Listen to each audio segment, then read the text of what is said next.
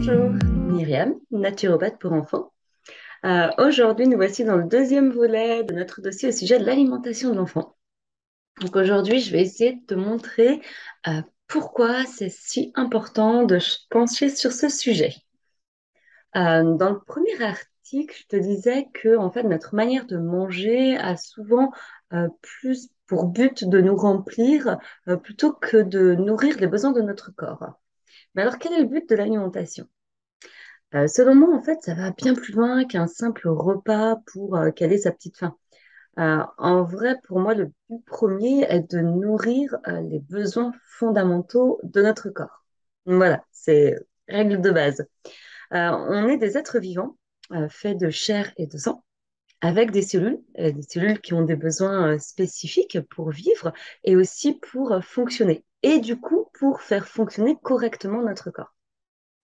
Chacune de ces cellules va nourrir notre corps sur ces différents systèmes. Alors, quand je parle de système, je pense par exemple au système moteur qui nous permet de nous mettre en mouvement, le système hormonal qui régule toutes nos hormones, le système digestif, la circulation, le système nerveux, nos fameuses émotions qui nous embêtent tant, et puis les autres systèmes. Je ne vais pas faire toute la liste. L'alimentation de nos enfants est importante pour différents points. Déjà, pour qu'ils puissent être pleins de vitalité, qu'ils puissent sauter, courir, pour que leur corps soit aussi protégé des attaques extérieures, comme les virus, les bactéries, pour qu'ils puissent bien dormir, pour qu'ils puissent aussi bien grandir, pour que la bonne gestion de leurs émotions se fasse correctement. Oui, difficile de voir le lien comme ça, mais je t'explique par la suite. Voilà, enfin, l'alimentation de nos enfants est importante pour bon nombre de points. Pareil, je ne vais pas faire la liste, ça va être un petit peu trop long. Euh, je m'explique. On dit que le ventre est le deuxième cerveau. En fait, pour moi, c'est pas tout à fait juste. Des études ont montré que le ventre, en fait, est le premier cerveau, car c'est lui qui assure la nutrition du corps en entier, mais aussi celle du cerveau. Certes, c'est le cerveau qui commande les émotions de nos enfants. Mais si le cerveau de nos enfants il est plutôt en mode flagada parce qu'il n'est pas bien nourri ou parce qu'il se passe des choses dans le ventre et que ça répercute sur le cerveau, alors forcément il ne sera pas opérationnel. Et c'est là justement qu'arrive le déséquilibre émotionnel et tout ce qui va avec. Et tout ce qui va avec, on le connaît bien. C'est ce qu'on vit au quotidien. Je vais te partager mon écran. J'ai fait un petit schéma ou une petite affiche récapitulative qui permet de simplifier au maximum pour que tu comprennes comment ça fonctionne. C'est vrai que ça permettra de comprendre pourquoi l'alimentation a une si grande importance. Là, c'est vraiment, je m'attaque à de la physiologie pure du corps humain, c'est-à-dire le fonctionnement en fait du corps humain. Euh, c'est vrai que l'alimentation est très importante dans l'équilibre physique et psychologique de nos enfants. Ce dernier point est surtout à ne pas minimiser. Tu verras que j'ai créé cette fiche explicative de façon très très simple, avec des mots très basiques, tout simplement parce que j'ai voulu la créer pour qu'elle soit accessible aux enfants. Comme ça, si vraiment tu souhaites en discuter avec tes enfants parce que tu as envie de faire quelques modifications au niveau de l'alimentation, et pour qu'ils comprennent au mieux, tu pourras tout à fait leur montrer. Ça permet aussi à ton enfant de comprendre pourquoi et justement quel est l'intérêt, parce que mine de rien, c'est à lui de faire le job pour qu'il se sente bien. L'intérêt, nous, en tant que parents, c'est justement de donner ces clés-là à nos enfants pour qu'ils puissent apprendre par eux-mêmes. Allez, je te partage tout de suite mon écran. Comme ça, ce sera beaucoup plus simple. Allez, touc. Et voilà. Allez, je vais mettre en plein l'écran. Comme ça, ce sera encore mieux. Tac. Donc, pourquoi ton alimentation est importante pour que tu te sentes bien? Le corps, c'est vraiment une machine merveilleuse. Tout est prévu, tout fonctionne de façon précise. Tout est bien orchestré, en fait. Il y a surtout deux systèmes importants qui gouvernent un peu le corps en entier. Donc, il va y avoir le cerveau.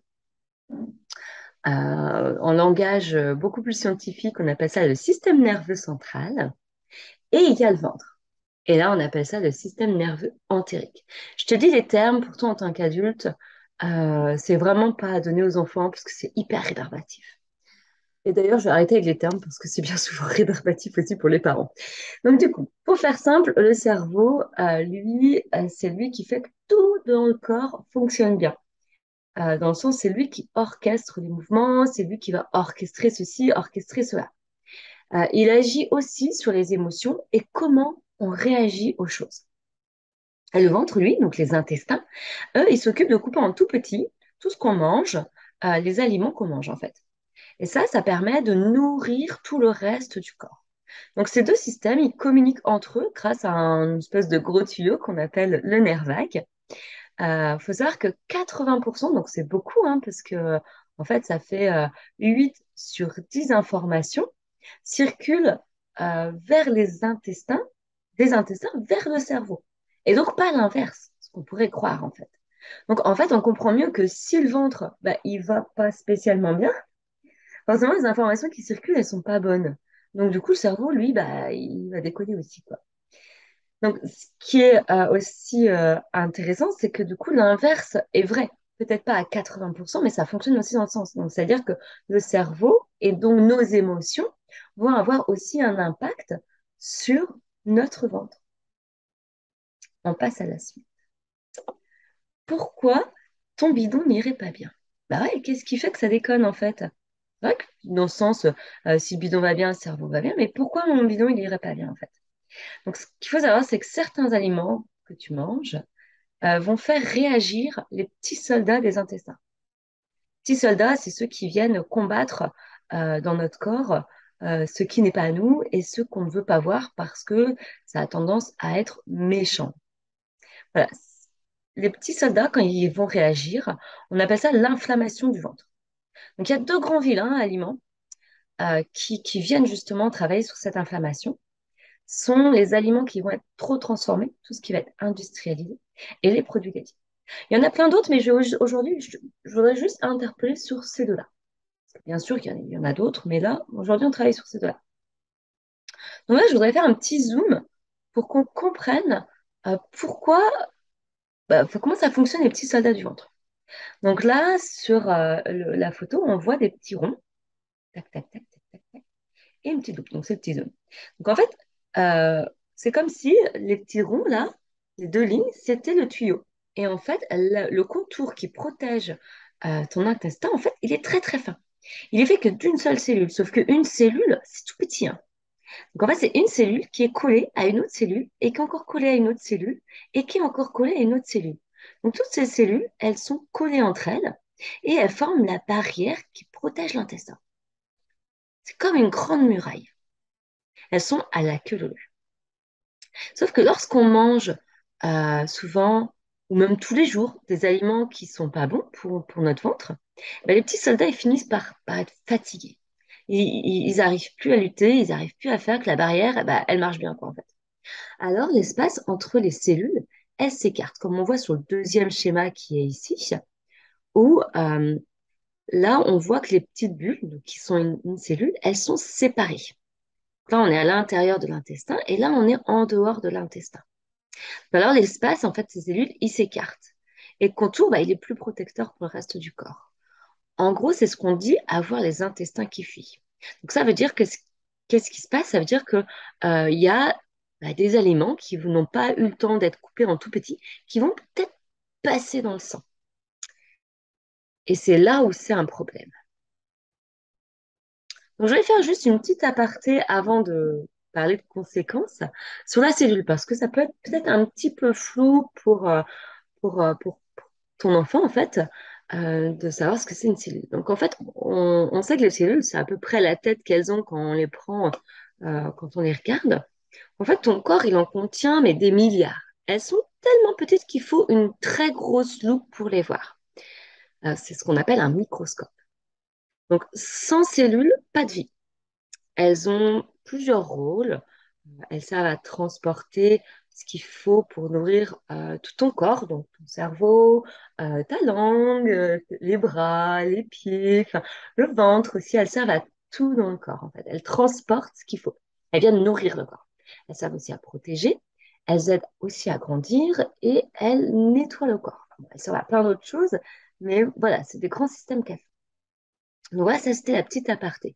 On revient à qu'est-ce qui se passe quand, en fait, les gros aliments qu'on ne veut pas voir dans notre corps, donc l'intérieur de notre corps, c'est là où il y a le sang, qu'est-ce qui se passe quand ça passe par la barrière? Eh bien, en fait, ça fait quoi dans ton corps?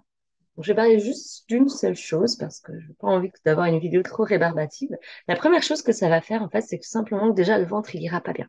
Parce que si le ventre, il a des trous, pas des gros trous, hein, bien sûr, on va pas paniquer. Ça arrive et il y a plein de gens qui vivent comme ça. En fait, ça peut faire que tu auras peut-être mal au ventre. Donc, son ventre, il va gonfler ou alors que tu auras ce qu'on appelle des flatulences. En gros, tu vas péter, quoi, tout simplement. Tu pourras aussi avoir mal à la tête, euh, plein de choses en fait. Il y a plein de choses qui peuvent être liées à ça. Je te rappelle le lien, enfin que les intestins communiquent avec le cerveau.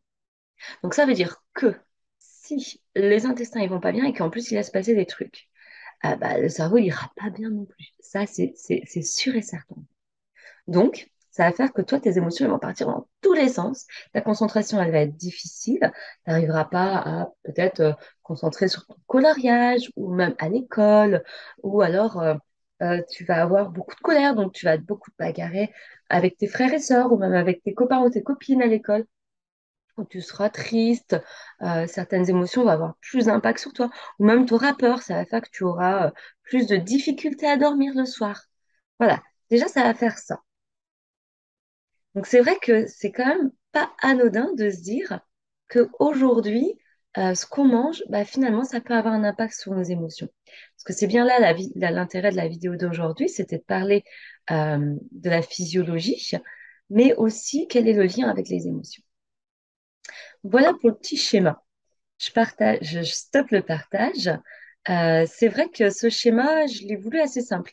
Maintenant, faut pas hésiter. Si toi, tu as des questions, moi, je peux tout à fait euh, rajouter à ça, hein. J'ai voulu que ce soit simple et abordable pour tout le monde, pour que chacun puisse comprendre justement pourquoi, quand on a des émotions qui partent dans tous les sens, et ben, l'alimentation, on ne peut pas passer à côté.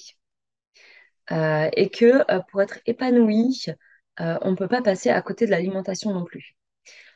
Dans la vidéo suivante, là aujourd'hui, c'était vraiment t'apporter de l'éclaircissement. Dans la vidéo suivante, on va justement voir comment aborder l'alimentation. Alors, je ne vais pas rentrer dans les grands détails de comment tu dois manger ceci et cela, puisque ça, pour moi, j'estime que il faut connaître le contexte de la personne. Et là, moi, je fais des vidéos qui sont généralistes. Donc, je ne vais pas rentrer dans ces détails-là, mais je vais quand même donner des grandes lignes dans cette vidéo-là. Parce que c'est vrai que c'est bien beau de se dire que ça fonctionne pas forcément bien, mais il faut quand même donner quelques solutions. En tout cas, pour cette vidéo-là, où je te parle vraiment de ce qui s'appelle de la physiologie humaine, c'est-à-dire comprendre le fonctionnement de comment ça se passe à l'intérieur, tout simplement. N'hésite pas si tu as besoin d'éclaircissement, si tu trouves que c'est trop compliqué, ou si tu as besoin que je rentre un peu plus dans les détails sur certains sujets. Voilà. En tout cas, j'espère que cette vidéo t'aura apporté bah, une nouvelle vision et que bah, qu'elle te plaira. N'hésite pas à t'abonner à ma chaîne YouTube pour voir la suite et à liker aussi pour me soutenir. Je te souhaite une belle fin de journée. À bientôt.